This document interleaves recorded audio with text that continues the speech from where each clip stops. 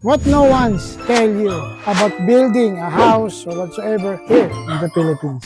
Sandamakmak na dokumento, sandamakmak na taxes, sandamakmak na permits ang hahamakin mo bago ka makapagpatayo ng isang property, no? Yan ang hindi masyadong karaniwang na-i-explain sa mga kliyente, no? Lalo na sa mga OFWs na dekada na nasa labas ng bansa na walang alam sa mga estratehiya or mga processes na papapatayo ng kanilang bahay o ng kanilang apartment o ng kanilang building, no? Sandamakmak na dokumento ang kailangan mo. Well, syempre, ang kailanganin mo unang-una ay plano. Plano sa lahat ng aspeto, from plumbing, electrical, structural, and architectural. So, kailangan yan, pulido yan, sign and seal yan. No? Pagkatapos yan, mag-a-apply ka na ngayon ng building permit. So, bago ka maka-apply ng building permit, sandamakmak na dokumento naman ang kailangan mo. Kumaga, bago mo matapos ang building permit, kailangan mo nito. Kailangan mo niya, kukuha ka ng, bago ka magkakaryente, kukuha ka ng dokumento from Meralco, no, sa provider, then sa,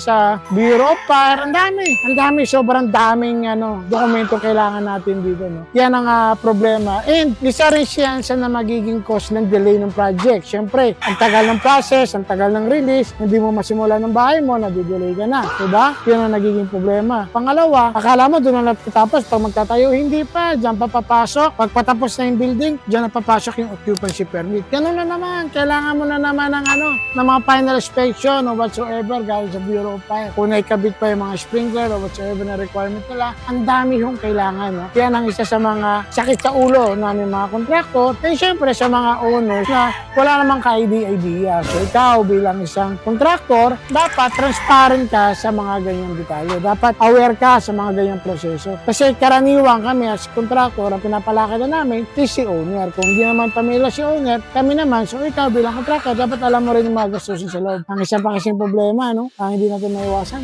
Abot-abot, no? Yan ang nagiging natin. Alam mo na, cause ng corruption, no? Hindi naman maiwasan. And yan, gusto mo mapabilis, mag-abot ka. Parang ganun ang saying dito sa Pilipinas. So ikaw, kung nagbabalak ka magpatayo, alamin mo yung mga bagay na kailangan mo bago ka makapagpatayo ng